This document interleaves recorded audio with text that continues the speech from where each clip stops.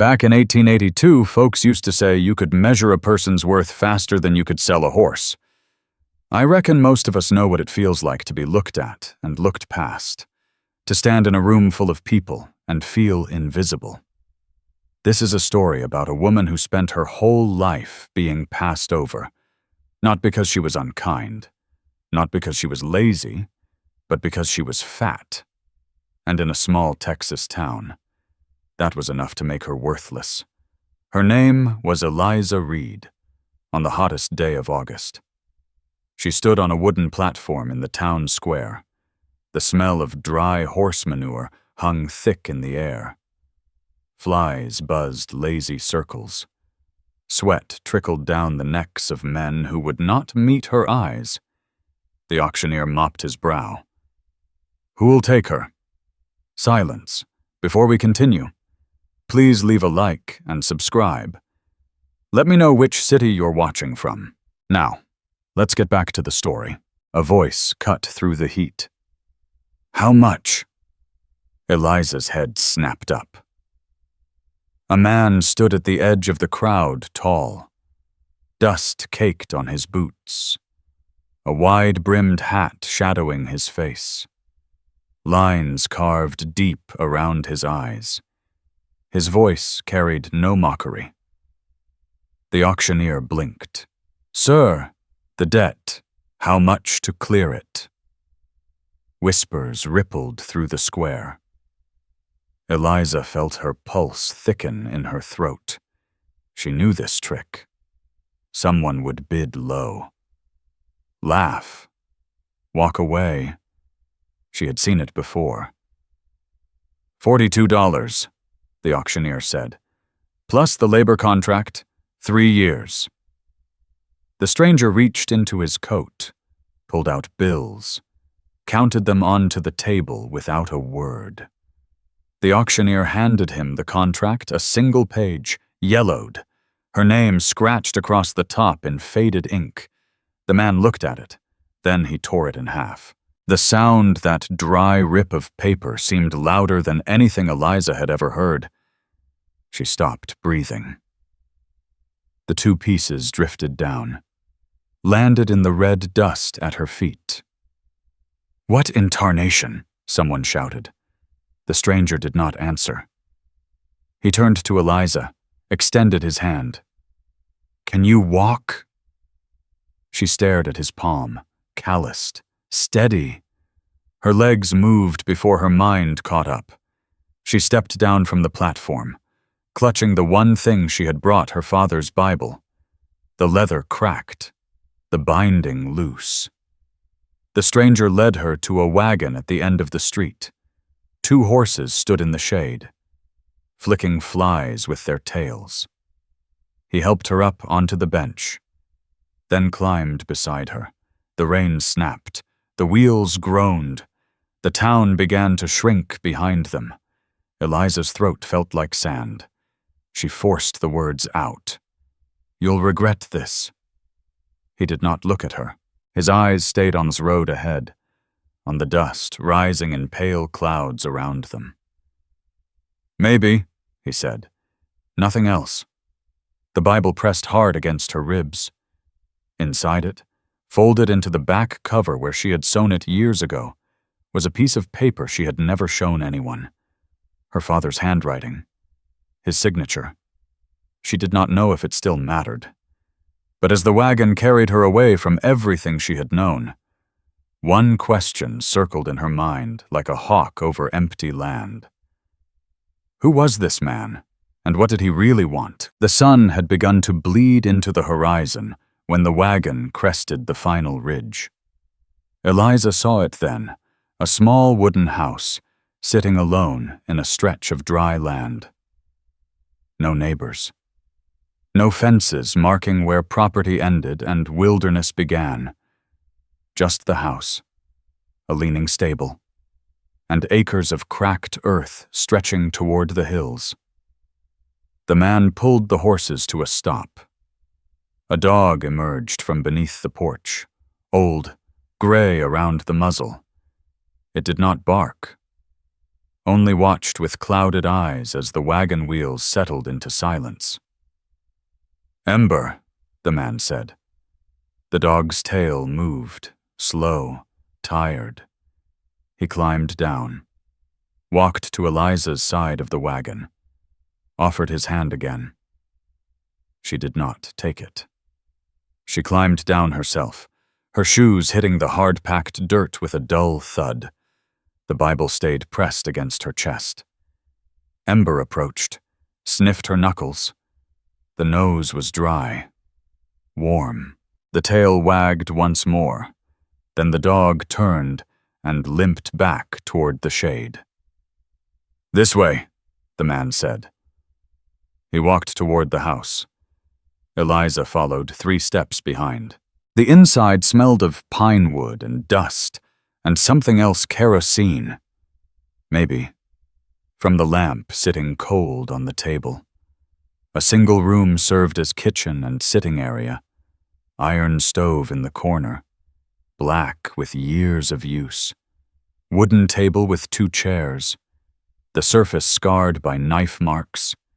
A rocking chair by the window. Its cushion faded and flat. Everything worn but clean. No photographs on the walls. No decorations of any kind. The man pointed to a door on the left. "That's yours." Eliza's fingers tightened on the Bible. He opened the door. A small room? A narrow bed with an iron frame. The mattress thin but covered with clean sheets. A handmade quilt, faded blues and yellows folded at the foot. The stitching was careful, precise. Someone had spent hours on those patterns. A wooden stand held a basin for washing. One window, covered by a thin curtain that let the dying light filter through in pale strips. "There's a well out back," he said. "Pump handle sticks sometimes. Just work it slow." She stepped inside. The floorboards creaked under her weight. The man reached into his pocket, pulled out a key. Small, iron, rusted at the edges. "Lock works from the inside," he said. He set the key on the wooden stand. "This is your room. Nobody comes in unless you say." Eliza stared at the key. Her hand moved toward it. Stopped. Moved again. When her fingers closed around the metal. It was warm from his pocket. She looked up at him. His face gave nothing away. No expectation. No demand. "I need to start supper," he said. "You can rest. Or not. Up to you." He turned and walked out. The door stayed open behind him. She did not rest. She stood in the doorway, watching him move around the kitchen. He was not graceful. He knocked a tin cup off the counter, muttered something under his breath. Picked it up. He opened a cupboard, stared at its contents like he had forgotten what he was looking for. Beans. He pulled out a jar of dried beans, soaked them in a pot, lit the stove. The match took 3 strikes before it caught. The flame licked up, and the smell of mesquite smoke filled the room. Eliza's stomach cramped. She had not eaten since yesterday morning. She moved to the table, sat in the chair farthest from him, placed the Bible on the surface in front of her. Neither spoke. The beans simmered. He cut cornbread from a pan that looked days old, set 2 plates on the table, sat across from her. He ate without looking up. Slow, mechanical bites. Eliza picked up her fork. The beans were bland, slightly burnt at the bottom. She could taste the char, bitter against her tongue. The cornbread was dry, crumbling as she bit into it. But it was warm, and there was enough.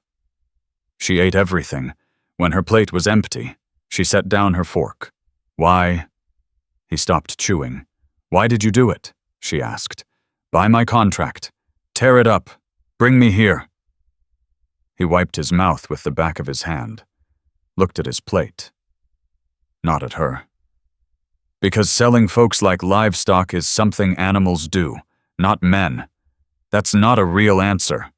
It's the only one I got." He stood, took both plates to the basin, pumped water over them, the handle squeaking with each stroke. His back was to her broad shoulders, the fabric of his shirt worn thin at the elbows. "Name's Thomas," he said. "Thomas Avery? You can call me what you like." Eliza said nothing. Night fell slowly, the sky fading from orange to deep purple to black. Eliza sat on the edge of the narrow bed. The door was closed.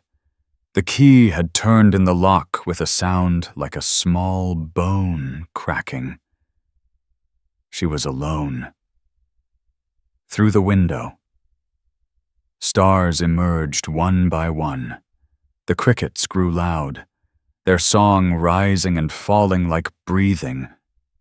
Somewhere in the house, she heard Thomas moving the scrape of a chair, the clunk of boots being set down. Then silence. She opened the Bible, ran her fingers over the pages, feeling the familiar texture of the thin paper.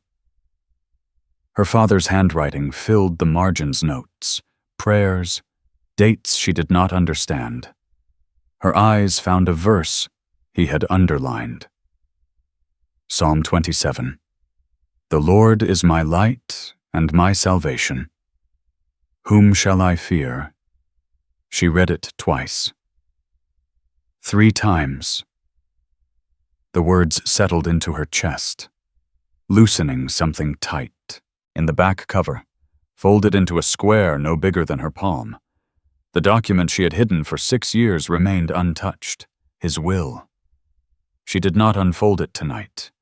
She was too tired, and her hands would not stop trembling.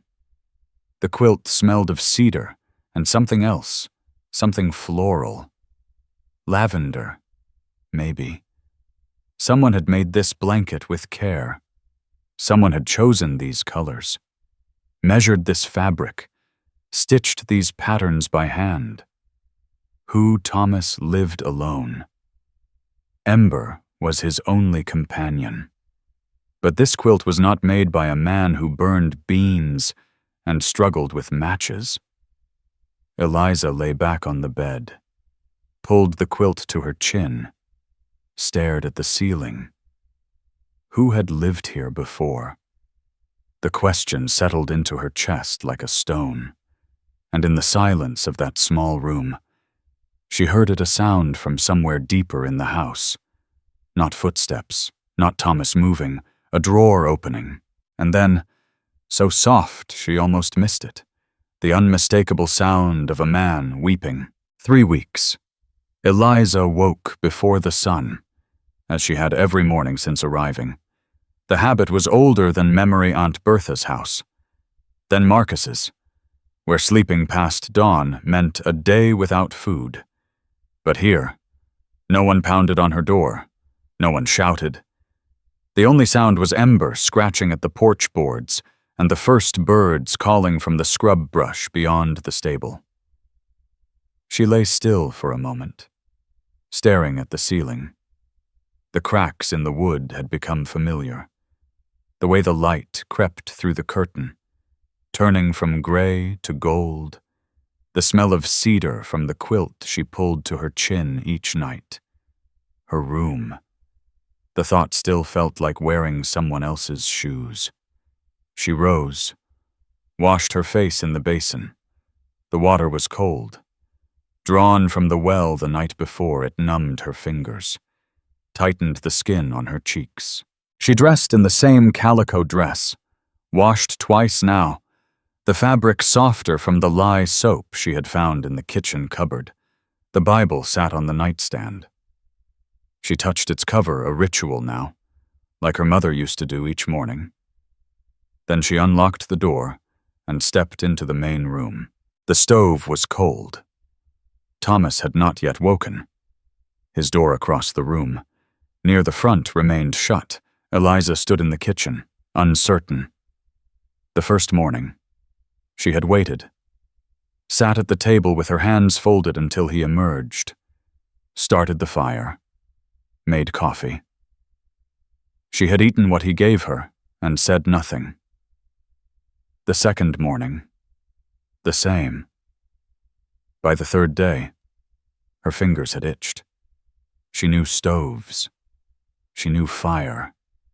She knew how to coax heat from reluctant iron and turn raw ingredients into something that could fill a belly and warm a soul.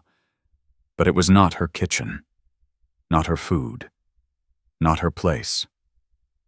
On the fourth morning, Thomas had looked at her across the table, his coffee untouched, and said, "You can cook if you want. Supplies are in the cupboard. I reckon you know your way around a stove better than I do." That was all. No instruction. No demand. Just permission, offered like a door left open. Now, 3 weeks later, Eliza moved through the kitchen without hesitation. She opened the stove, cleared the ash from the night before gray and fine. It dusted her fingers and laid kindling in a careful stack. The match caught on the first strike. She had learned the trick. Hold it at an angle. Let the flame climb toward her fingers before touching it to the wood. The fire spread. Heat rose against her face. She filled the kettle from the bucket by the door, the water sloshing cold against the tin. Set it on the stove. Ground coffee beans in the hand mill, the crank squeaking with each turn, the smell rising up dark, bitter, alive. Eggs from the basket on the counter. Thomas kept chickens in a coop behind the stable 6 hens, one rooster who crowed too early and too often. Eliza had learned to gather the eggs herself, reaching beneath warm, feathered bodies, feeling for the smooth shells while the hens clucked their complaints. She cracked 3 into the skillet. The fat sizzled and popped. The smell rose rich, heavy, the kind of smell that meant someone cared enough to cook. Bread from yesterday, sliced thick, laid on the stove's flat surface to toast.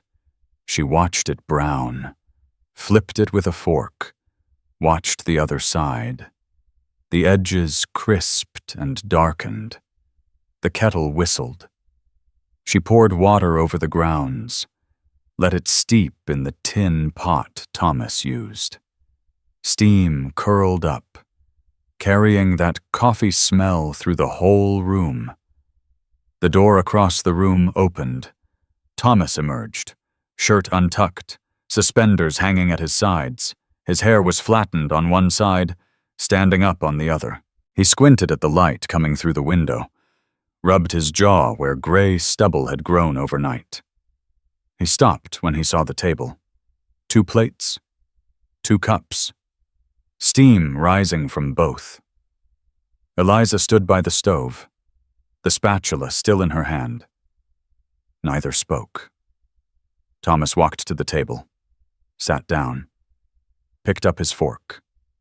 He ate everything: the eggs, the bread, the second cup of coffee she poured without asking, when his plate was empty. He set down his fork and looked at her. "That was mighty fine. Best breakfast I've had in a long while." 2 words of praise, his voice still rough from sleep.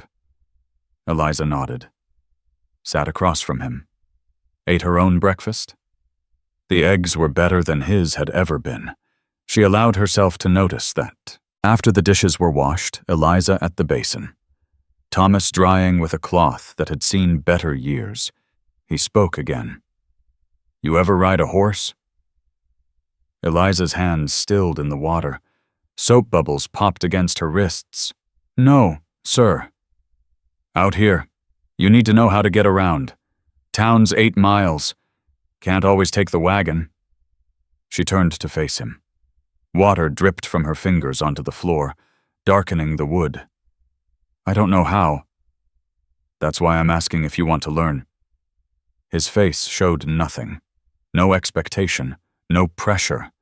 The same expression he had worn when he handed her the key to her room. Eliza dried her hands on her apron. Her pulse beat thick in her throat.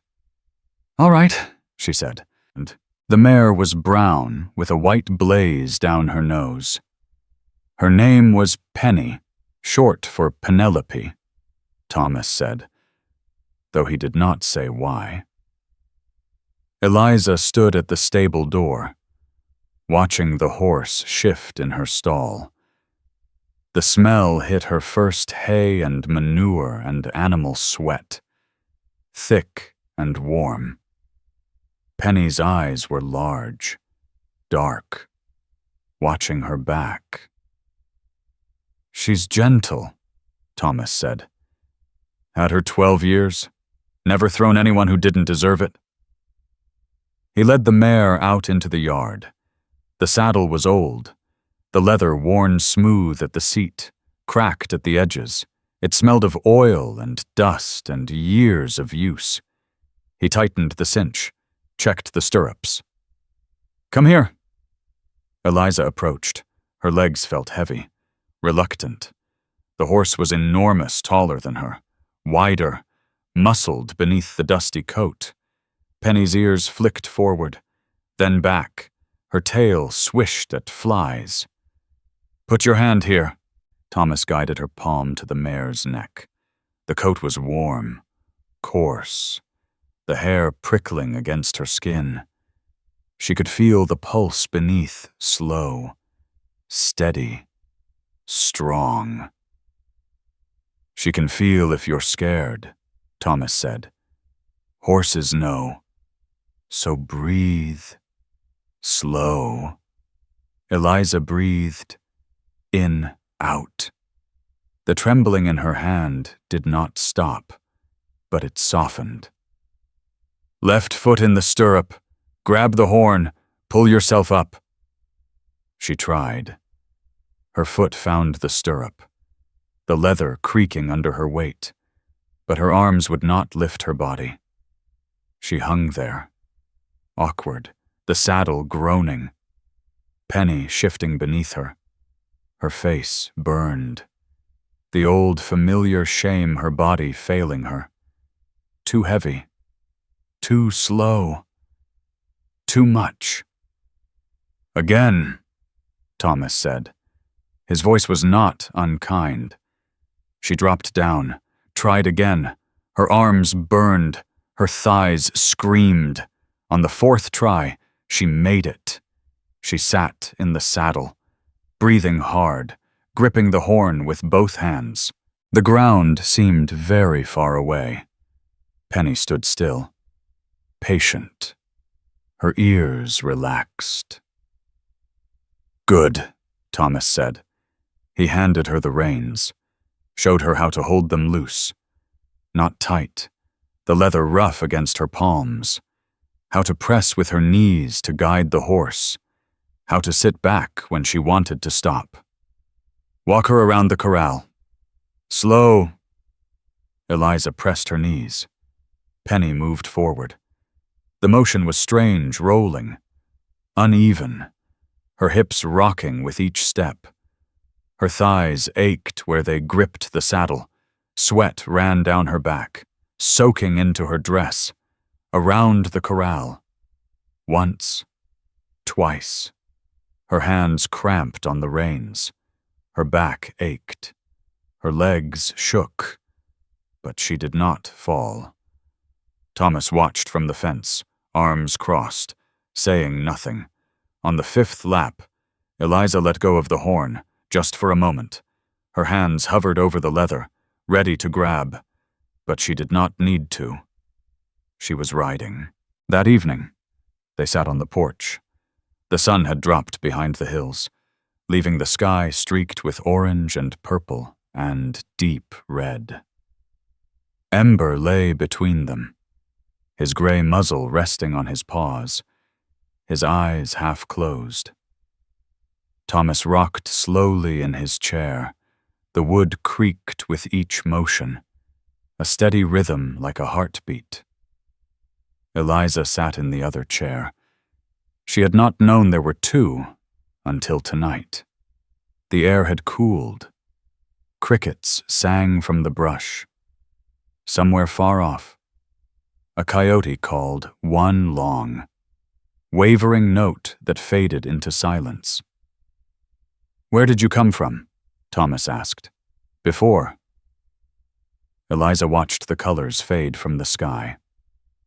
"Small town, east of here, called Miller's Creek. You got family. My father, he died when I was 15.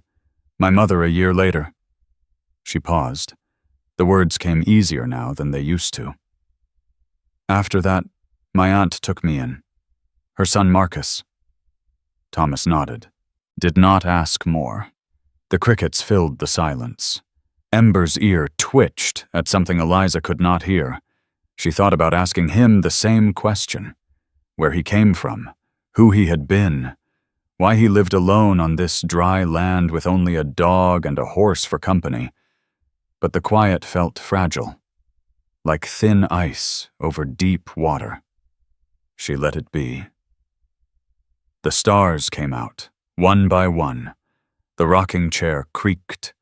The night settled around them like a blanket, and somewhere in the darkness beyond the porch, Ember lifted his head. His ears pricked forward. A low growl rumbled in his throat. Thomas stopped rocking, out on the road, barely visible in the fading light. A rider had stopped at the edge of the property, watching. The rider was gone by the time Thomas reached the road. Eliza watched from the porch as he walked back, his silhouette dark against the last light. Ember stayed at her feet, still growling low in his throat. "Who was it?" she asked. Thomas shook his head. "Couldn't tell. Rode off before I got close." He climbed the porch steps, stopped beside her.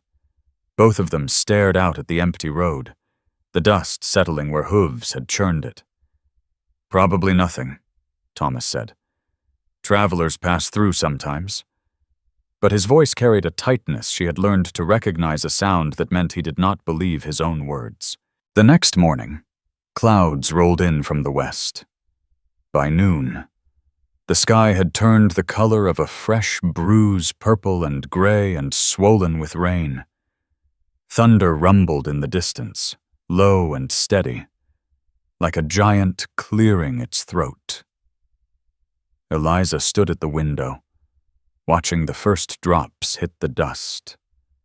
They fell slowly, at first fat, singular, each one raising a tiny puff of dirt, then faster. The ground darkened. Steam rose from the parched earth. The smell changed dry dust, giving way to something richer, deeper. The scent of rain on land that had almost forgotten what water felt like. It came through the cracks in the window frame, filled the whole room. The drumming on the tin roof grew louder. Each drop rang out, 1,000 tiny bells hammering overhead. Thomas came in from the stable, his shirt spotted dark with wet. He shook off his hat, hung it by the door. Water dripped from the brim onto the floor. "Gonna be a soaker," he said. "Haven't seen rain like this in 2 months." Eliza moved away from the window. The main room felt smaller with the storm pressing in the gray light. The constant percussion overhead. The walls seeming to draw closer. She had brought the quilt from her room, the blue and yellow one. A seam had split along one edge, the cotton batting beginning to show through like white bone beneath torn skin. She had noticed it 3 days ago, run her finger along the gap. Wondered if she should say something. This morning, she had simply taken it. found Thomas's sewing kit in the cupboard, a small tin box with needles. Thread in 4 colors. A thimble worn thin at the tip. Someone had used this kit often. Once. The thread spools were half empty. The needle case was scratched from years of opening. Now she sat at the table. The quilt spread before her, needle moving in and out of the fabric. The thread was blue, not quite the same shade as the original, but close enough. Each stitch pulled the torn edges together, closing the wound. Thomas settled into the chair across from her. He had a newspaper old. The pages yellowed and soft. The date from 3 months past. The Galveston Daily News. The masthead read. He turned the pages slowly, the paper crackling, his eyes moving across words that were no longer news to anyone. Rain hammered the roof. The fire in the stove crackled and popped, the mesquite wood releasing its sharp, sweet smoke. Ember lay between them on the floor, his head on his paws, ears twitching at each roll of thunder. "You sew well?" Eliza looked up. Thomas's eyes were on her hands, watching the needle pull thread through fabric. "My mother taught me," she said, "before she got sick." She tied off a knot, cut the thread with her teeth, the taste of cotton, faintly bitter, began a new section. "What happened to her?" The question hung in the air like smoke. Eliza kept her eyes on the quilt. Her fingers found the rhythm again, in, out, in, out. Consumption. She held on for 8 months after my father died. Then she just stopped. The needle pierced the fabric, like she was waiting for permission to go. Her voice came out flat. She had told this story in her head so many times that the words had lost their edges. They were just sounds now, arranged in a particular order. My father went first, fell off a horse, broke something inside. The doctor said there was bleeding. They couldn't stop. She paused. I was 15. Thomas set down the newspaper. After that, my mother's sister took me in, Aunt Bertha. Eliza's needle pierced the fabric, pulled through, pierced again. She was kind enough, I reckon. Tired.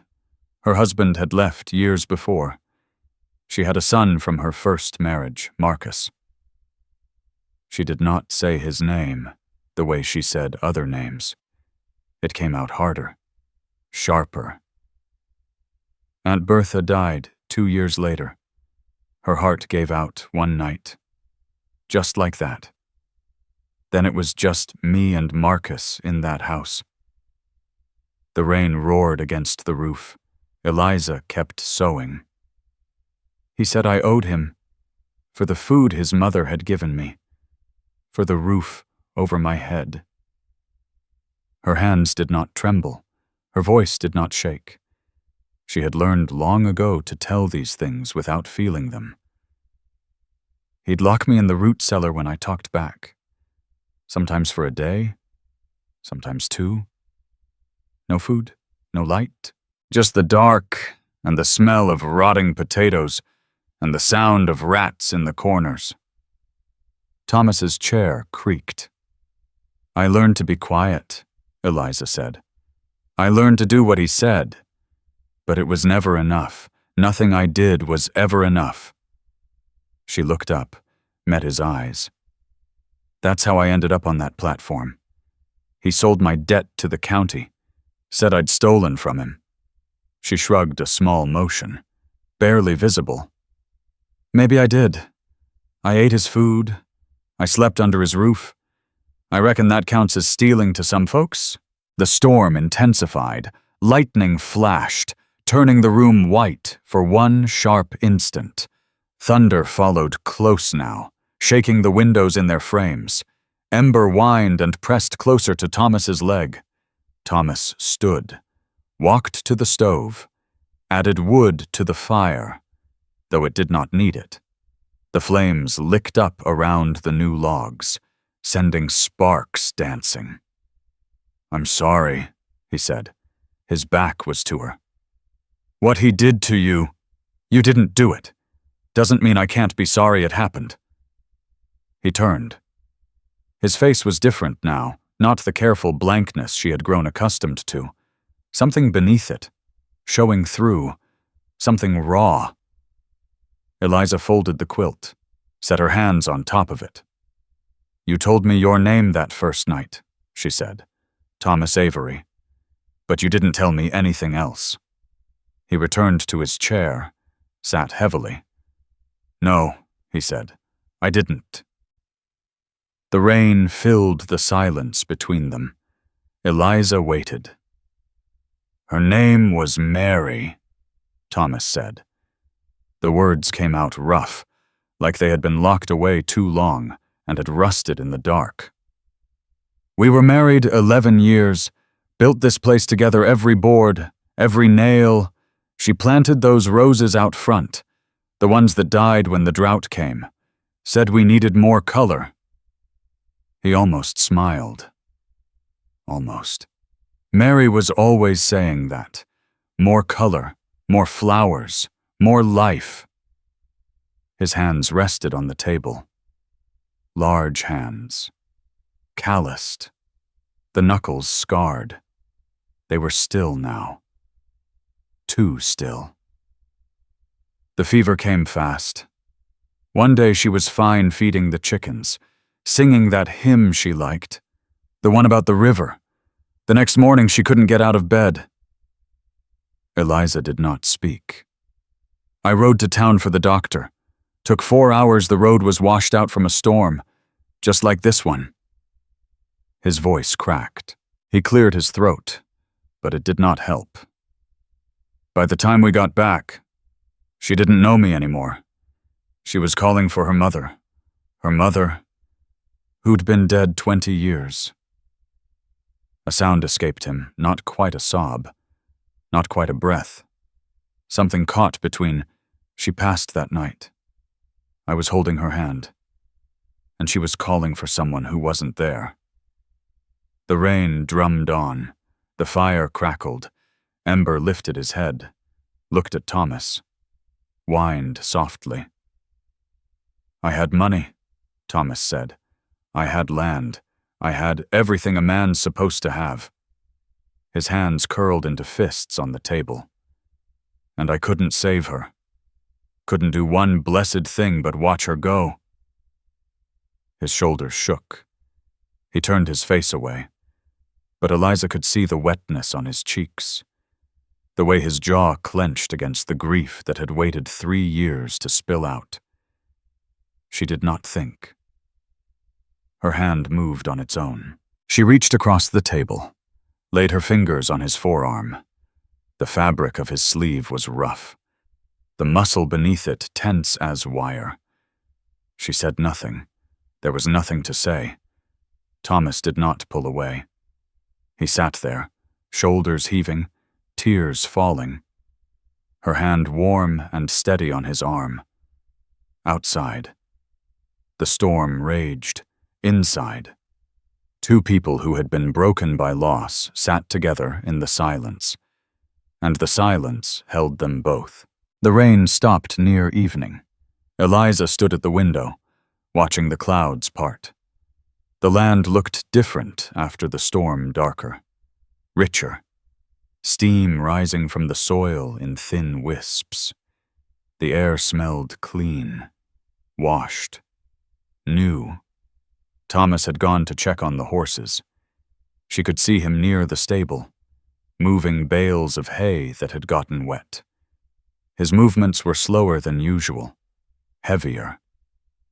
She thought about what he had told her, about Mary, about the fever, about the helplessness of watching someone you love slip away while you stood there with empty hands.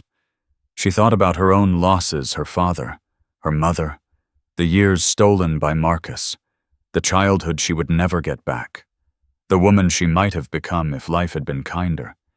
Different wounds, same ache. The door opened. Thomas came in, mud on his boots, his shirt damp with sweat and leftover rain. "Penny's fine," he said, spooked by the thunder, "but she'll settle." Eliza nodded. He walked past her to the stove, poured himself coffee from the pot she had made earlier. The cup trembled slightly in his hand. He drank standing, staring at the far wall. "Thomas." He turned. "That rider last night, on the road." She moved closer. "You went back out there this morning, before the rain. I saw you from the window." He set down the cup. "Found tracks," he said. "Same horse circled the property twice before stopping where we saw him." The room felt colder. "That wasn't a traveler passing through," Thomas said. "Someone was watching this place. Watching us." Eliza's hand moved to her chest, pressing against the spot where the Bible waited in her room. The will hidden inside. The land Marcus wanted. "I think," she said, her voice barely above a whisper, "I know who it was." Thomas left for town at first light. Eliza stood on the porch, watching the wagon grow smaller against the brightening sky. The air was cool. Still damp from yesterday's rain, Ember sat beside her, his gray muzzle lifted, sniffing at something she could not smell. She had told Thomas everything the night before. Marcus's name, his face, the scar on his chin, a knife fight when he was 19, the story he bragged about in every saloon, making himself sound brave instead of drunk and foolish. Thomas had listened without interrupting. When she finished, he had simply nodded. "I need supplies anyway," he said. "I'll ask around, see what I can find out." Now she was alone with her thoughts and the silence of the empty land. The morning passed slowly.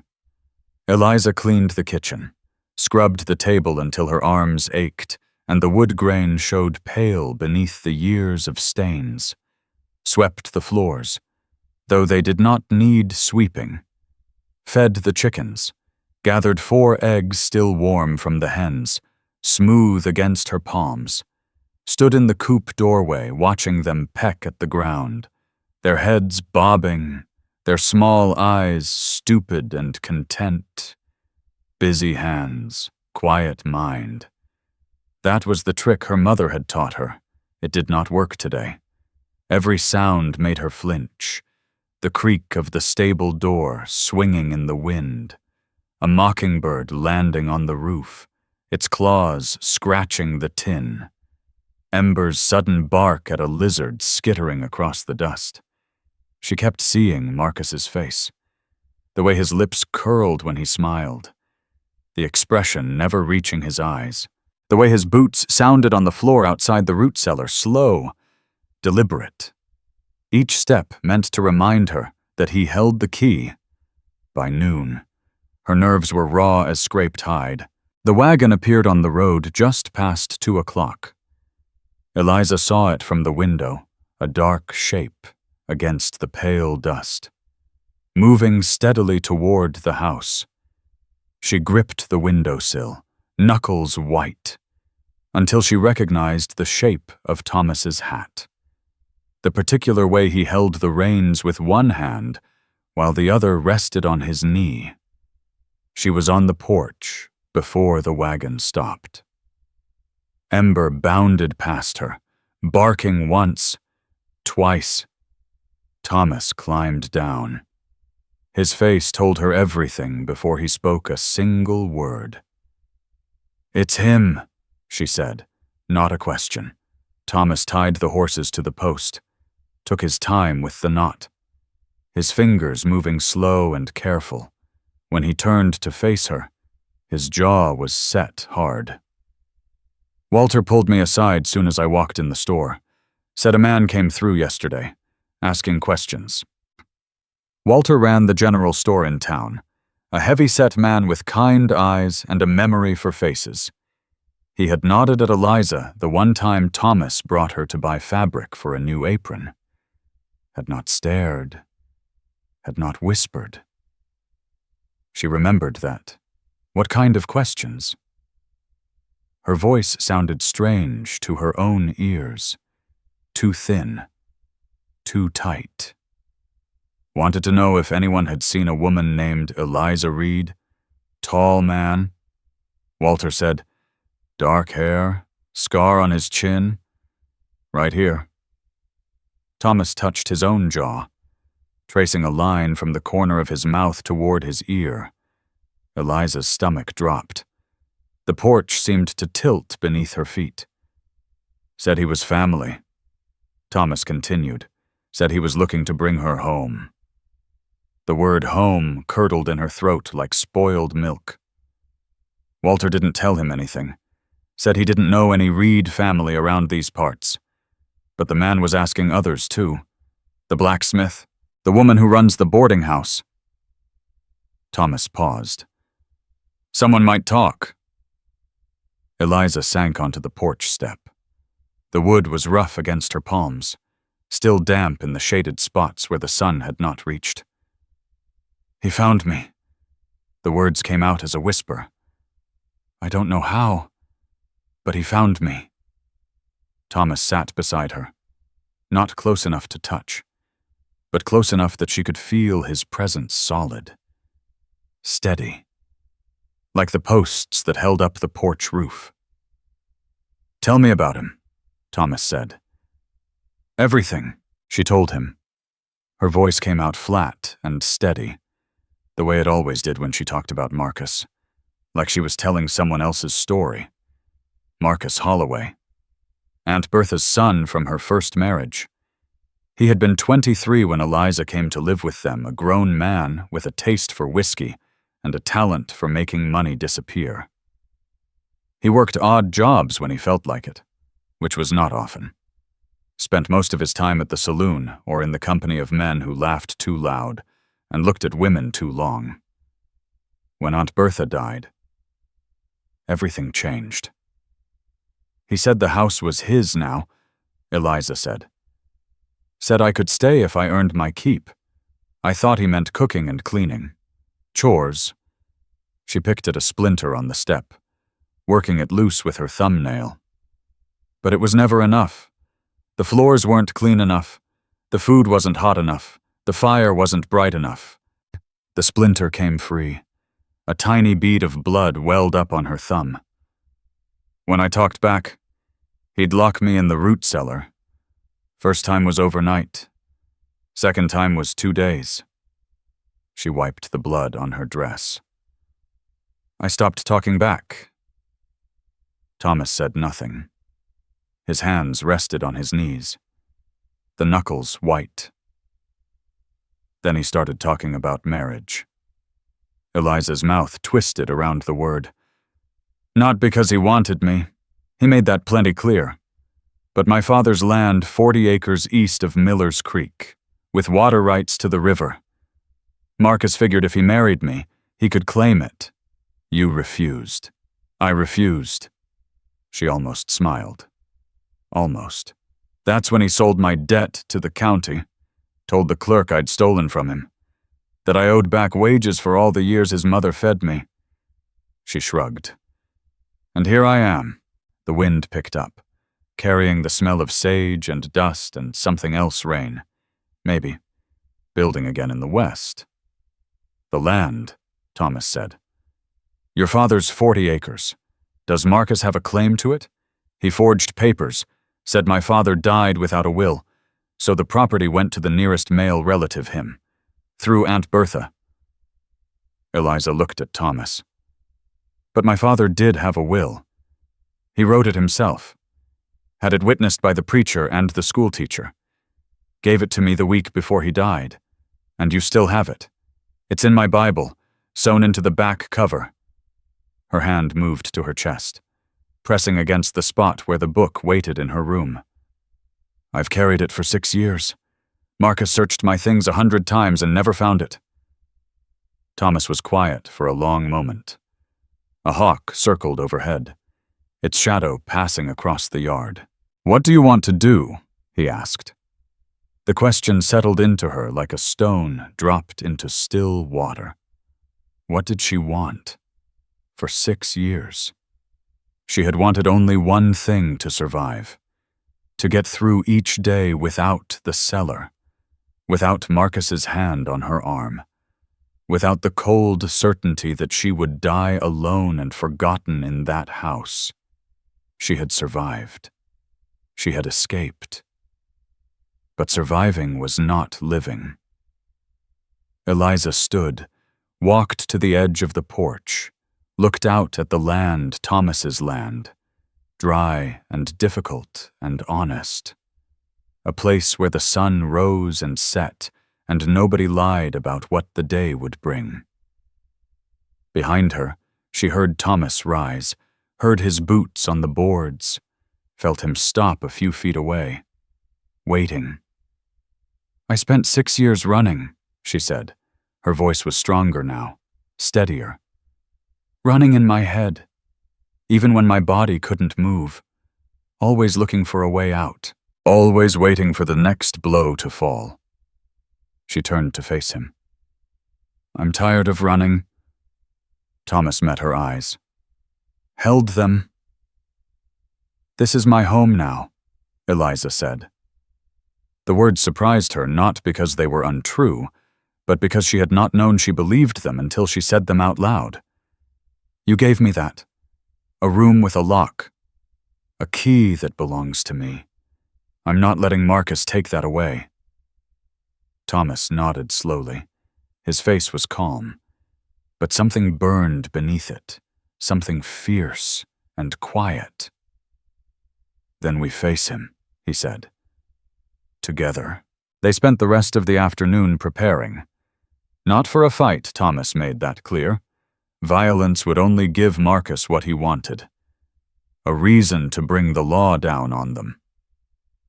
"We do this right," Thomas said. "Legal. By the book. If your will is genuine, we get it in front of a judge. A real judge. Not some county clerk Marcus can buy with whiskey and promises."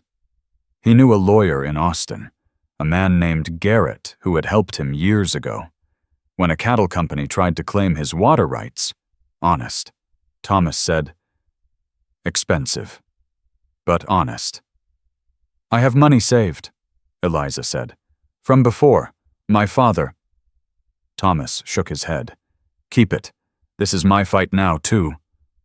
She wanted to argue. The words rose in her throat. "I don't need charity. I can pay my own way. I won't be a burden." But she looked at his face and saw something she had not expected. He was not offering charity.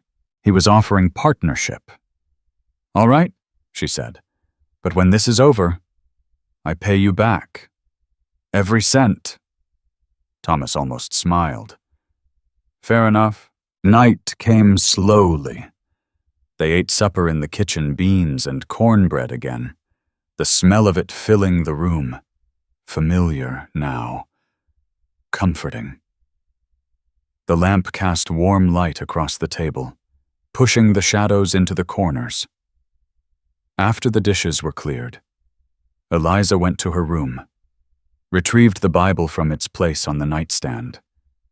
The leather was warm from the heat of the day, soft from years of handling. She carried it to the table, set it down between them. Her fingers found the back cover, felt along the edge where the leather met the binding. There, the slight thickness, the stiffness where paper had been folded and sewn into place, 6 years ago by a girl who had nothing left to lose. She picked at the stitching. The thread was old, brittle. It came apart easily. The paper slid out yellowed, creased, smaller than she remembered. Her father's handwriting covered one side. The letters cramped and careful. She unfolded it, laid it flat on the table. Thomas leaned forward. Read silently, his lips moving slightly over the words. I, Samuel Reed, being of sound mind, do hereby bequeath all my earthly possessions, including the parcel of land known as Reed Farm, to my beloved daughter, Eliza Ruth Reed. 2 signatures at the bottom. Reverend Daniel Mills, Miss Catherine Porter, school teacher. This is real, Thomas said. This is legal. If we can prove it's genuine, if we can find the witnesses. Thomas looked up. Reverend Mills, is he still living? I don't know. I haven't been back to Miller's Creek since Marcus sold my debt. Thomas folded the paper carefully, handed it back to her. Then we find out. First thing tomorrow. I'll ride to Ember's bark cut through the air, sharp, urgent. Not the lazy warning at a rabbit or coyote. Thomas was on his feet before Eliza could move. He crossed to the window, pressed himself against the wall, peered out into the darkness. What is it? Eliza whispered. Thomas held up his hand. Silence. Ember barked again, then growled a low, sustained rumble that Eliza felt in her bones. Footsteps on the porch. Slow, deliberate footsteps. And then a knock, 3 sharp raps against the wooden door. And a voice, smooth and familiar, that turned Eliza's blood to ice. Eliza, sweetheart, I know you're in there. Why don't you come out and say hello to your family? Thomas opened the door. Marcus Holloway stood on the porch, hat in hand, smiling. The scar on his chin caught the lamplight, a pale ridge of twisted skin that moved when his lips curled upward. He looked older than Eliza remembered, thinner, but those eyes were the same, flat and dark, like stones at the bottom of a dry well. Evening, Marcus said. You must be Mr. Avery. I've heard considerable about you. His voice was smooth, unhurried, the voice that had counted down the hours she would spend in the root cellar, the voice that had whispered through the locked door exactly what he would do if she did not learn to obey. Eliza's legs would not move. She stood frozen at the table, the will still clutched in her hand, her heart slamming against her ribs so hard she could hear it in her ears. I don't know you, Thomas said. No, sir, you don't, but you know my cousin. Marcus's eyes found Eliza over Thomas's shoulder. Hello, sweetheart? You look well? Fatter than I remember, but I reckon that's what happens when you got someone else paying for your supper. The word hit her like a slap across the face. She had heard it 1,000 times. From Marcus, from strangers on the street, from the mirror she avoided. But hearing it here, in this place that had started to feel safe, made her stomach lurch. Thomas did not move from the doorway. You need to leave. Now, no need for hostility. Marcus spread his hands, palms up, the picture of reasonableness. I just want to talk to Eliza. Family business. She's not your family. Actually, she is. Her mama was my mama's sister. That makes us blood. Marcus's smile widened. And blood has obligations, debts to be paid. You understand how it is. Ember growled from somewhere behind Eliza. She could hear the dog's nails clicking on the floor as he paced. I understand you sold her to the county like she was livestock, Thomas said. I understand you have no claim on her anymore. Ah, but I do. Marcus reached into his coat, pulled out a folded paper. This here is a deed to 40 acres east of Miller's Creek, land that belonged to my uncle Samuel Eliza's daddy. When he passed, it went to his wife. When she passed, it came to me, as the nearest male relative. That's a lie. Marcus's eyes flickered to Eliza. Is it You got proof otherwise, sweetheart, Will? Maybe some paper with your daddy's name on it. Her hand tightened on the document behind her back. He knows. He knows I have it. I've spoken with a lawyer in Austin, Marcus continued, his voice still pleasant, still calm. He assures me that if Eliza contests my claim, I can file a countersuit for fraud, forgery of legal documents. He clicked his tongue. That's a serious crime. Prison time. And you know how they treat fat women in prison, don't you? Sweetheart. Thomas's shoulders tensed. Get off my land. I'm leaving. I just wanted Eliza to understand her situation. Marcus put his hat back on, adjusted the brim with careful fingers. She can come with me quiet-like, sign over whatever claim she thinks she has, and we'll forget this whole misunderstanding. Or she can stay here, drag you into a legal battle you can't win, and watch while I take everything anyway. He stepped back from the doorway. Think on it. Sweetheart, I'll be at the hotel in town for 3 days. After that. He shrugged. Well, I know lawyers. You know, root sellers. I reckon we both know which one wins. He turned and walked down the porch steps. His horse was tied at the fence, a black mare with a white star on her forehead. He mounted smoothly, tipped his hat toward the house. Good evening, Mr. Avery. Take care of my cousin. She bruises mighty easy. He rode away into the darkness. Thomas closed the door. Eliza's knees buckled. She caught herself on the table, both hands flat against the wood, the will crumpling beneath her palm. Her breath came in short, shallow gasps. The room tilted and swam. Eliza? Thomas's voice seemed far away, like he was calling from the bottom of a well. She heard Marcus's words again, echoing in her skull. Fatter than I remember.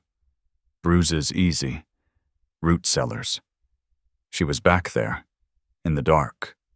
The smell of damp earth and rotting potatoes filling her nose. The scratch of rats in the corner. Her own voice, begging, promising to be good, promising anything if he would just open the door. Eliza? A hand on her shoulder. She jerked away. Don't. Thomas stepped back. His face was a blur through the tears she had not realized were falling. I'm sorry, she said. The words came out broken, barely sounds. I'm sorry. I brought this to your door. You were fine before I came. You had peace. Now he's here, and he'll never stop. He never stops. He just keeps coming and coming until he gets what he wants. Eliza, you should have left me on that platform.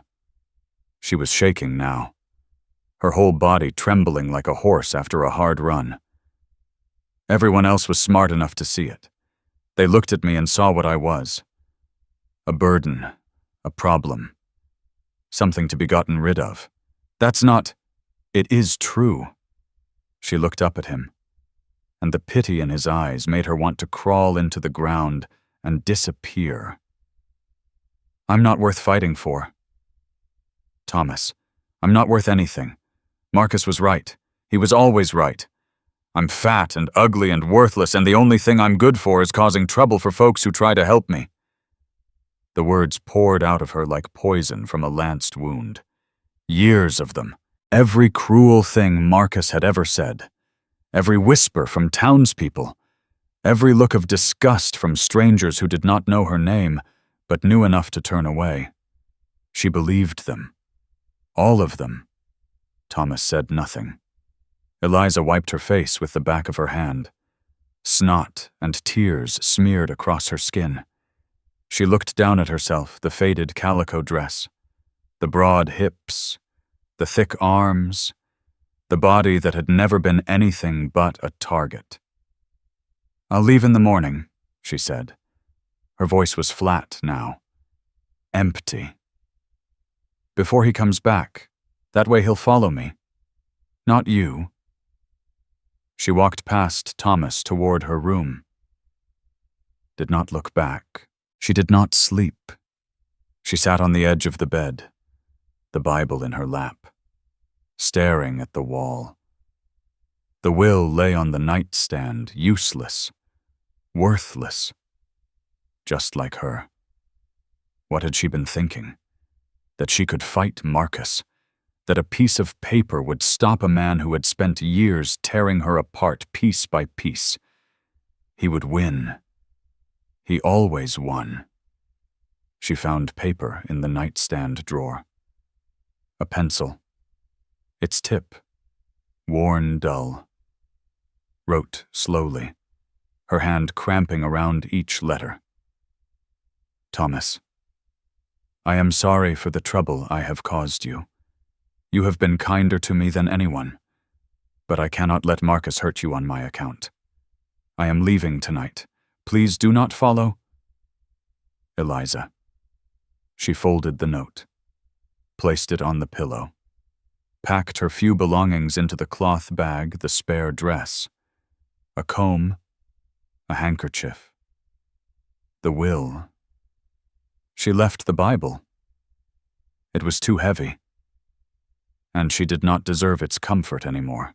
The house was dark and silent. Eliza crept through the main room, her shoes in her hand, her bare feet cold against the wooden floor. The stove had gone out. The lamp was dark. Only moonlight through the window showed her the way. The door was 3 steps away. 2. 1. Her hand touched the latch. Where are you going? She froze. Thomas stood in the doorway to his room. Trousers, undershirt, bare feet, his hair stuck up on one side. Getting some air, Eliza whispered. Go back to bed. With a packed bag. She could not answer. Thomas crossed the room. Slow steps. He stopped an arm's length away. You reckon I can't see what you're doing? Eliza stared at the floor. A crack ran through one of the boards, dark against the pale wood. I have to go. No, you don't. You don't understand. I understand plenty. His voice was quiet, but hard. I understand Marcus spent years making you believe you were nothing. I understand you heard his voice tonight, and every lie he ever told came flooding back. Her chin trembled. But here's what you don't understand. Eliza. Thomas took another step, close enough now that she could smell the soap on his skin, the wood smoke in his clothes. What he said about you that ain't who you are, that's who he needed you to be so he could control you. You don't know. I know what I've seen these past weeks. I've seen you cook meals without being asked, mend quilts, learn to ride when every muscle was screaming at you to quit. His voice cracked.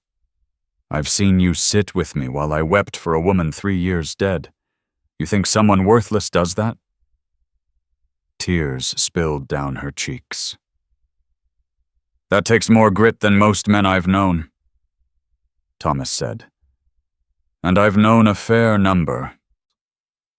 His hand came up, touched her chin, lifted her face toward his. You think I'm going to let you walk out that door alone in the dark, with that snake waiting out there somewhere? I can't let him hurt you. Then don't. Stay. Fight. With me. His hand dropped. He stepped back. It's your choice, Eliza. Always has been. That's what makes you different from everyone in Marcus's sorry life. You can leave, he paused, or you can stay, and we finish this together. No more running. The bag hung heavy in her hand. The door was right there, the open road, the endless running, the certainty of being alone. Or she could put the bag down. Eliza stood in the darkness, her whole body shaking, and made her choice. The bag hit the floor. Thomas exhaled a long, slow breath. All right then, he said. First thing tomorrow. We ride for Austin. Eliza nodded, wiped her face, looked up at him with swollen eyes. Thomas, the will, I left it in my room, on the nightstand. His face changed. I should get it before, from outside, a sound, hoofbeats, not one horse, several, and then, through the window, the orange glow of torchlight. Thomas moved first. He grabbed Eliza's arm, pulled her away from the door, pushed her toward the back of the house. The will, she gasped. I need, get it, now, back window, go! Eliza ran. Her room was dark. She fumbled for the nightstand, knocked over the water basin, heard it shatter on the floor, glass bit into her bare foot. She ignored it. Her hands found the will where she had left it, the paper crackling under her fingers. Behind her, voices, men shouting, Ember barking high and frantic. She climbed onto the bed, wrestled with the window latch. It stuck. She hit it with the heel of her hand. Again. The latch gave. The window swung open, letting in the smell of smoke and horses. She dropped through. Landed hard on the packed earth behind the house. Pain shot through her ankle. She scrambled to her feet, pressed her back against the wall. Torchlight flickered around the corner. 4 men. No, 5. Their shadows stretched long and monstrous across the yard, twisting with each gust of wind. Avery. Marcus's voice, sharp now, stripped of its smoothness. Send her out, and we leave peaceful. Make this hard, and it gets hard. Thomas's reply was muffled by the walls between them. Eliza clutched the will to her chest. Her ankle throbbed. Blood seeped from the cut on her foot, warm against the cold ground. Lord, help me. Show me what to do. A voice cut through the chaos. Marcus, this ain't right. Eliza pressed closer to the wall. Through the gap between the house and the stable, she could see them, 5 figures silhouetted against the torchlight. One had stepped away from the others, younger, thinner. His torch hung low at his side. Shut your mouth, Holt. I said I'd help you find her. Said I'd ride with you. Didn't say nothing about burning a man's home. She owes me, Marcus snarled. The land owes me. Then take it to court. That's what courts are for. Courts take too long. So does prison. The young man, Holt, took another step back. I got a wife at home, a baby on the way. I ain't getting hanged for your grudge against some woman. Another man shifted. Holt's got a point. Marcus, you too. Bill, you turning yellow. I'm turning smart. The second man lowered his torch. This Avery fella, he ain't nobody important, but if we burn his place, the whole county hears about it. Sheriff gets involved. Maybe the marshal from Austin. Marcus's silhouette tensed. The torch in his hand trembled. You said she had papers. Holt continued. Proof. If your claim's good, a judge will say so. You don't need us. You don't need fire. A long silence. Eliza held her breath until her chest burned. Fine. Marcus's voice scraped like a blade across stone. Fine. We do it legal. But if she wins, if that fat cow takes 1 acre that belongs to me, I'll remember who stood with me tonight. He swung up onto his horse. And who didn't? The others followed slowly, reluctantly. Hooves pounded the dirt. The torchlight retreated down the road, growing smaller and smaller until it vanished into the darkness. Eliza slid down the wall, her legs giving out beneath her.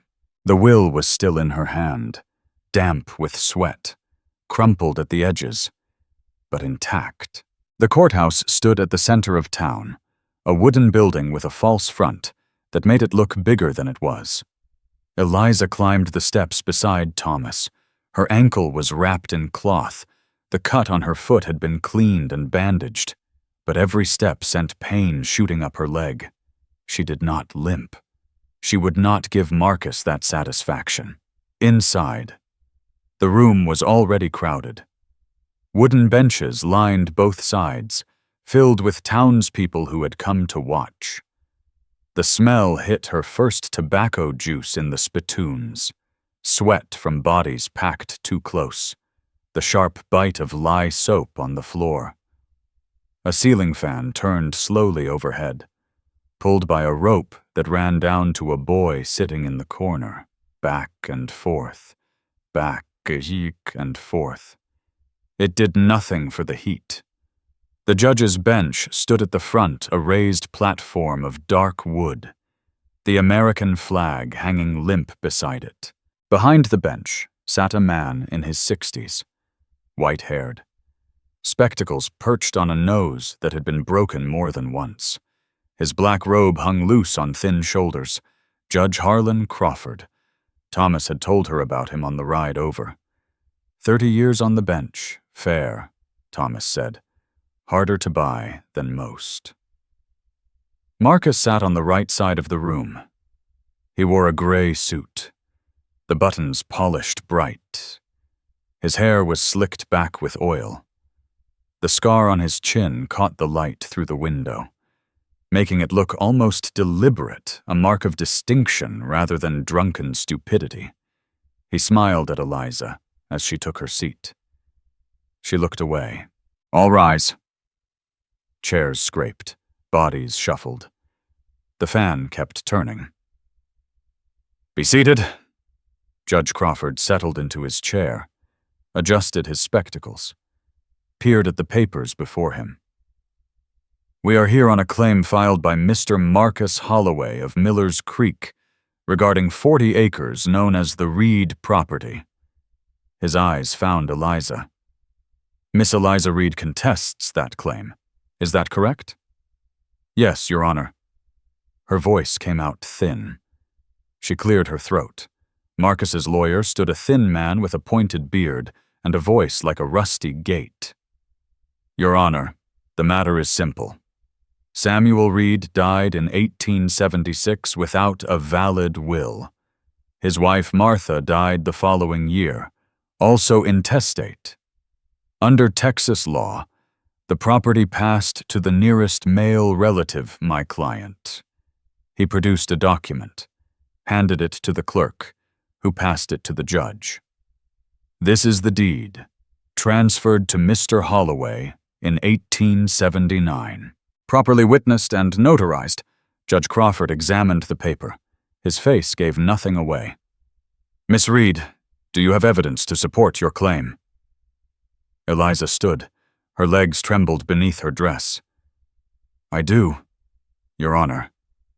She pulled the will from her pocket.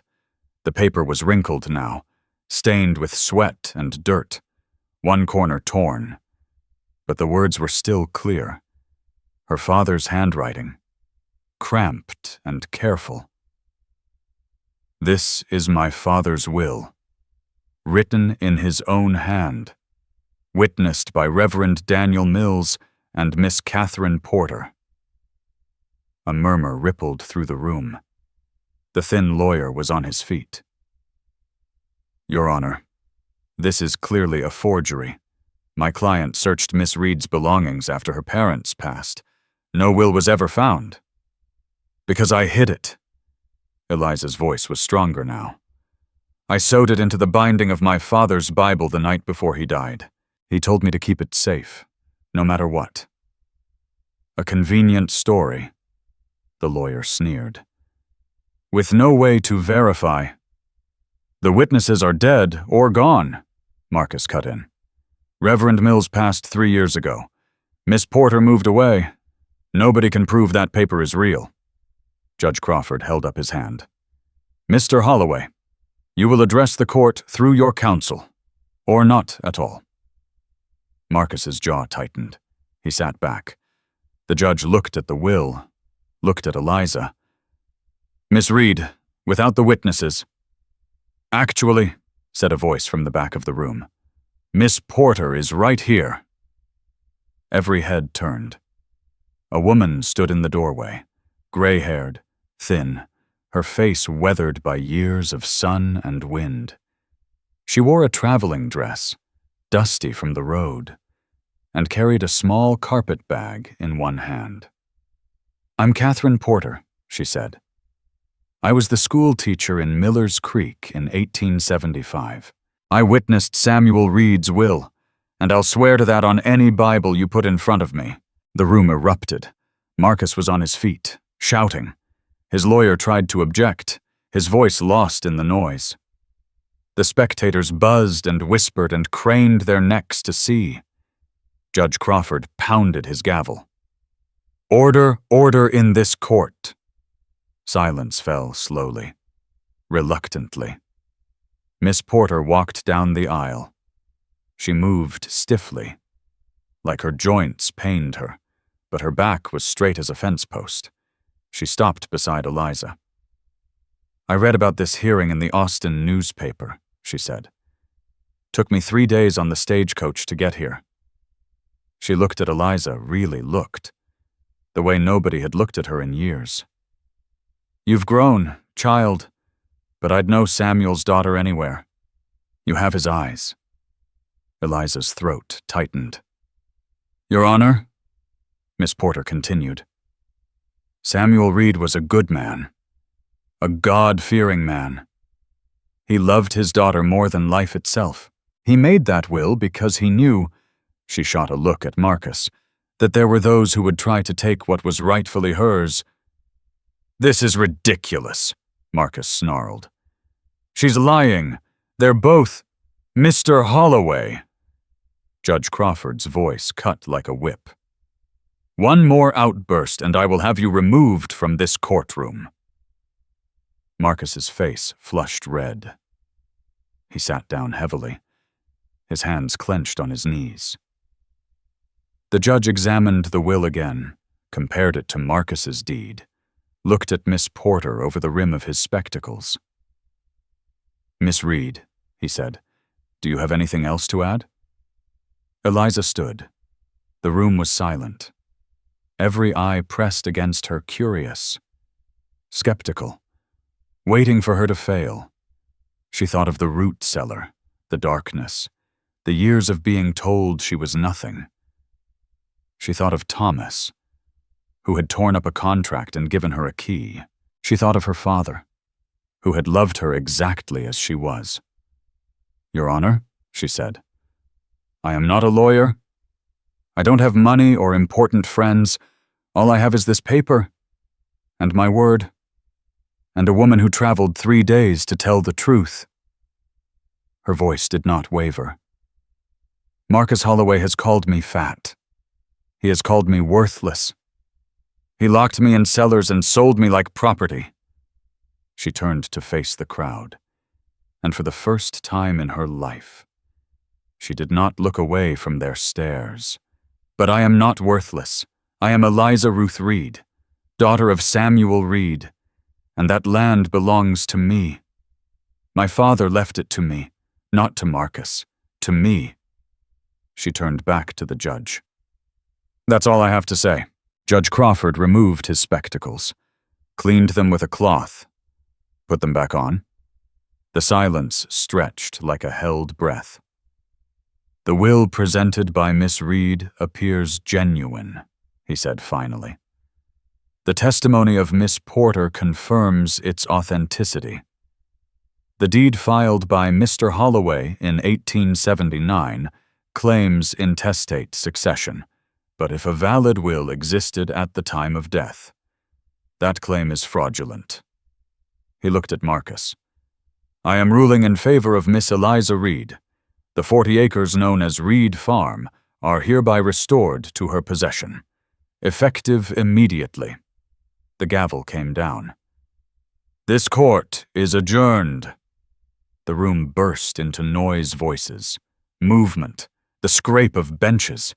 But Eliza heard none of it. She stood still, the will in her hand. Her father's words pressed against her palm. Thomas appeared beside her. His hand found hers.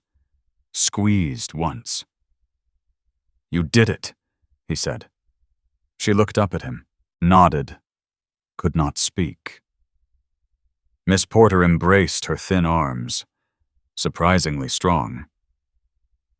"Your father would be so proud.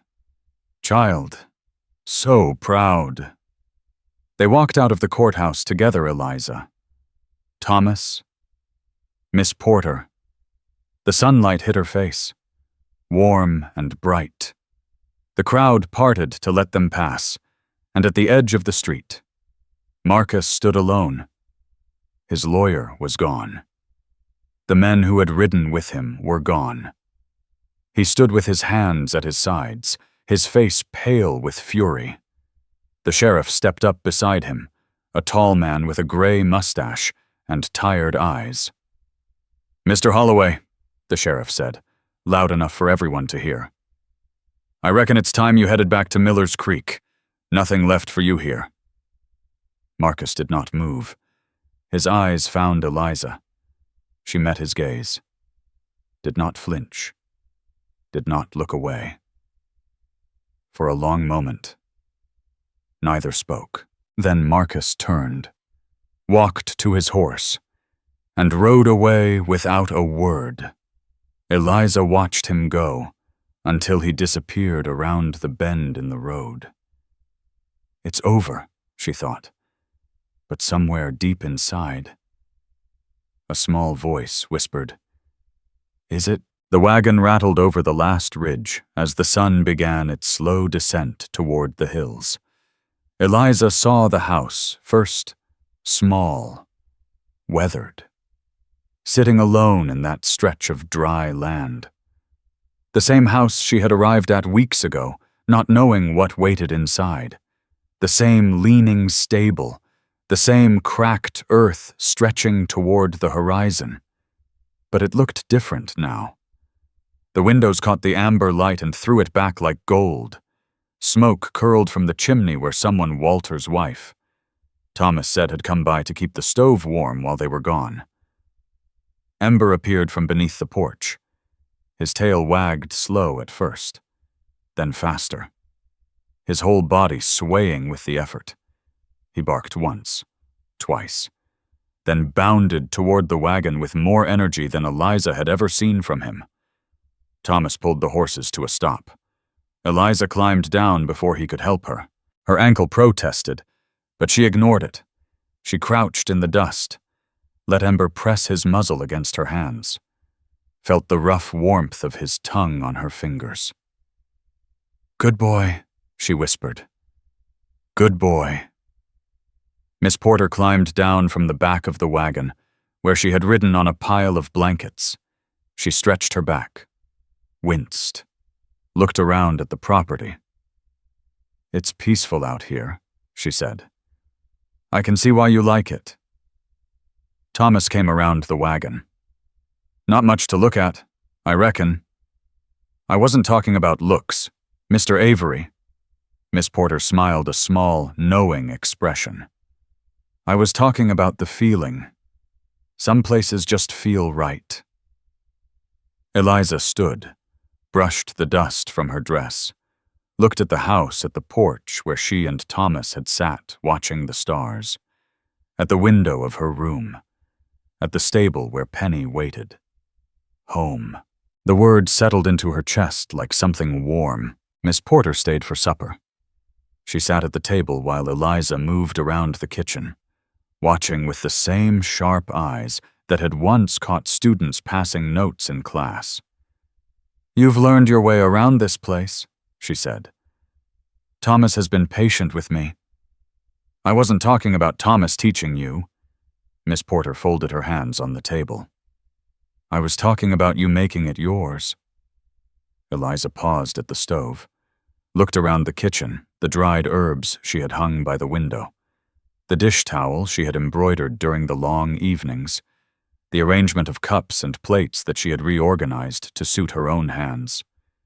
She had not noticed until now how much she had changed things, How much the space had bent to fit her. "I suppose I have," she said. Thomas came in from the stable, bringing the smell of hay and horses with him. He washed his hands at the basin, dried them on his trousers. "Penny's settled," he said. "Mr. Stahl, I reckon. Supper's almost ready." Eliza turned back to the stove. "I'm making something special." The apple pie had been her father's recipe. She had not made it since the night before he died, the last meal they shared together. Just the two of them. Her mother already too sick to leave her bed. He had stood beside her at the stove, guiding her hands, showing her how to peel the apples thin and slice them even. "The secret is the cinnamon," he had said. "Most folks don't use enough. You got to be generous with it. Eliza, generous with the good things." Now she stood at Thomas's stove, the smell of cinnamon rising around her, and felt her father's presence like a hand on her shoulder. The apples came from a barrel Walter had brought by that morning small. Tart, their skins mottled red and green. She peeled them one by one, the curls of skin falling into a bowl. The knife was sharp, the handle worn smooth by years of use that had nothing to do with her, but it felt right in her hand. She mixed the filling in the cracked ceramic bowl that had belonged to Mary, added flour, a pinch of salt, the cinnamon generous, like her father said. The dough she had made that afternoon, letting it rest while they were at the courthouse. She rolled it now on the floured table, pressed it into the pan Thomas's mother had left him when she passed, filled it with apples, arranged the lattice top over, under, over, under. The stove was hot. She slid the pie inside, closed the iron door, and waited. They ate supper, first beans and cornbread, the same meal as always, but it tasted different tonight.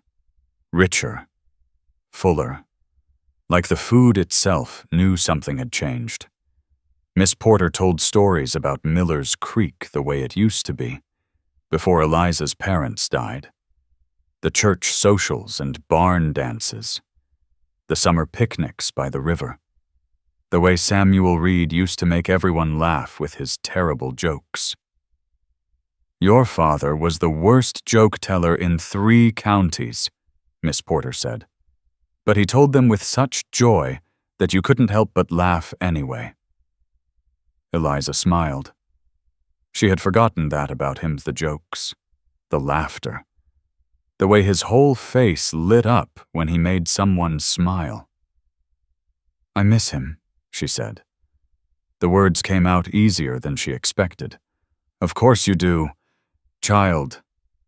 Miss Porter reached across the table, patted her hand.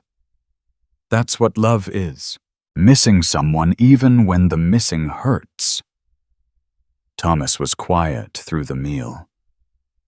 He ate slowly, his eyes moving between Eliza and Miss Porter, listening more than speaking. When the plates were empty, Eliza stood. "The pie should be ready," she said. She cut 3 slices. The filling had bubbled up through the lattice, caramelizing at the edges. The crust was golden brown, flaking when she pressed the knife through. The smell filled the whole house, apples and cinnamon and butter, sweet and warm. She set the plates on the table, handed forks around. Thomas took a bite, chewed slowly, his eyes closed. "Lord have mercy," he said. "That's the best thing I've tasted in years." Miss Porter nodded, her mouth full. "Your father's recipe, yes, ma'am. He'd be proud, Eliza, mighty proud." They ate in silence after that, the good kind of silence, the kind that comes when words aren't needed. The pie disappeared, slice by slice. Thomas had 2 pieces. Miss Porter had 1 1/2. When it was gone, They sat in the quiet, the empty plates before them, the last light of day fading through the windows. Miss Porter left the next morning. The stagecoach came through town at 9 o'clock, and Thomas drove her in the wagon to catch it. Eliza rode along, sitting in the back with the luggage. At the station, a wooden platform beside the general store, Miss Porter embraced her one last time. "You write to me," she said. "Let me know how you're getting on." "I will. And don't you forget what I said. Your father loved you more than anything in this world. He's watching over you still." Eliza nodded, could not speak. The stagecoach arrived in a cloud of dust and noise. Miss Porter climbed aboard, waved from the window, and was gone. Eliza watched until the coach disappeared around the bend in the road. Then she turned to Thomas. "Let's go home," she said. Sunday morning came bright and clear. Thomas hitched the wagon without being asked, put on his good shirt, the one he had worn to the courthouse, combed his hair with water from the basin.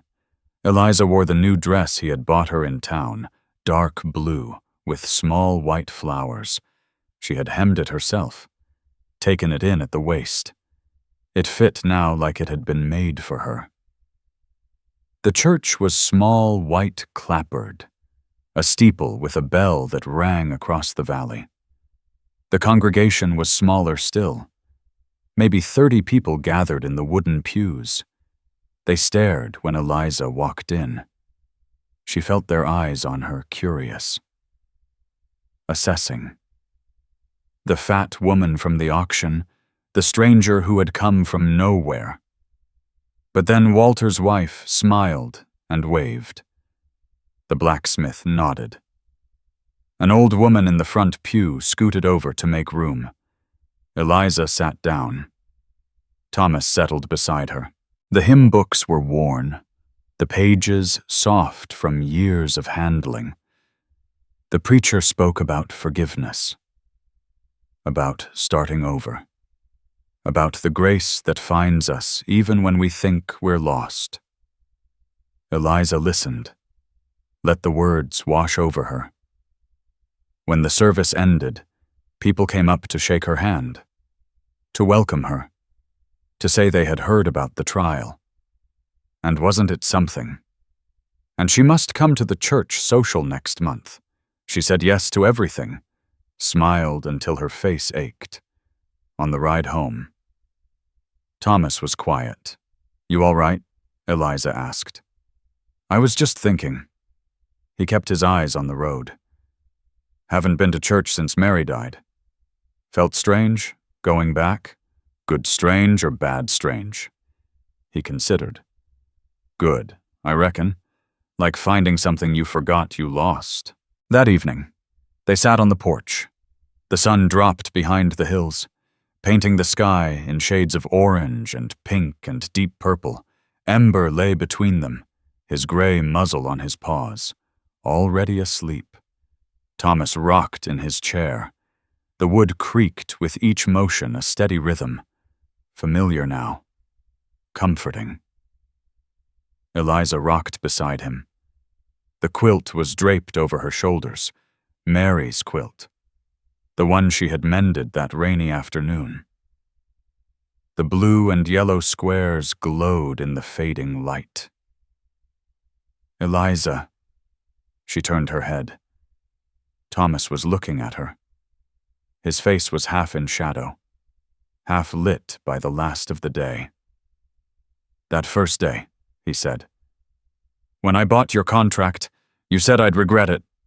Her chest tightened. "I remember. I've been thinking about that." He paused, rocked, the chair creaked. "And I reckon you were wrong. Was I? There's only one thing I regret."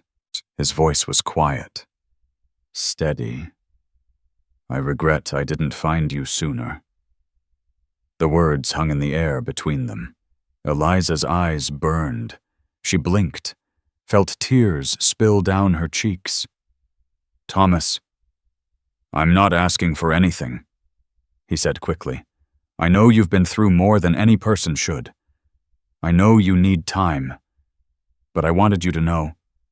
He stopped, swallowed, started again. This place hasn't felt like home since Mary died. Just walls and a roof. Somewhere to sleep. He looked at her. Then you came, and it's home again? Eliza could not speak. Her throat had closed around something, a sob. A laugh. She was not sure which. She reached out, took his hand. His fingers were rough, calloused, warm. They closed around hers and held on. I'm not going anywhere, she said. Thomas smiled a real smile. The first she had seen from him. It changed his whole face, made him look younger, lighter. Good, he said, because I'd have to come after you. The stars came out one by one. The crickets sang. The wind moved through the dry grass, making it whisper. Ember snored softly, his paws twitching as he dreamed. Eliza leaned her head against Thomas's shoulder. He did not pull away. His arm came around her, settled across her back. They rocked together in the darkness. Two people who had been broken by life and had somehow found each other. Tomorrow, there would be work to do. The ranch needed tending. The 40 acres in Miller's Creek needed deciding about. Letters needed writing. Plans needed making. But that was tomorrow. Tonight.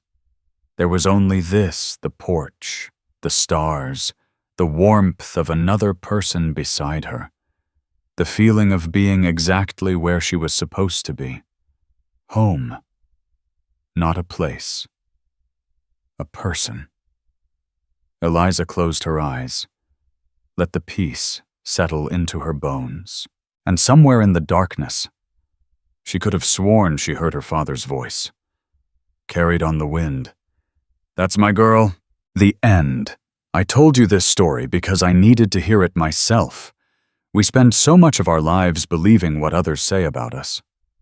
Too fat. Too old. Too broken. Too much trouble for anyone to love. Eliza believed those lies for 30 years. Then one man looked at her, really looked, and saw something worth fighting for. That is all any of us need. One person, one moment, one choice to stay instead of run. If you have ever felt invisible or unwanted. I hope Eliza's story reminds you of something simple. Your worth is not determined by those who refuse to see it. Sometimes the people who save us are just as broken as we are. And sometimes home is not a place, it is a person who hands you a key and says, "This is yours now. Thank you for listening." Disclaimer. This story is a work of fiction inspired by classic Western tales, created solely for entertainment purposes. The narrative does not condone, encourage, or promote any form of violence, abuse, or harmful behavior. All characters, names, locations, and events depicted are products of the author's imagination. Any resemblance to actual persons, living or deceased, or to actual events is purely coincidental. Reader discretion is appreciated.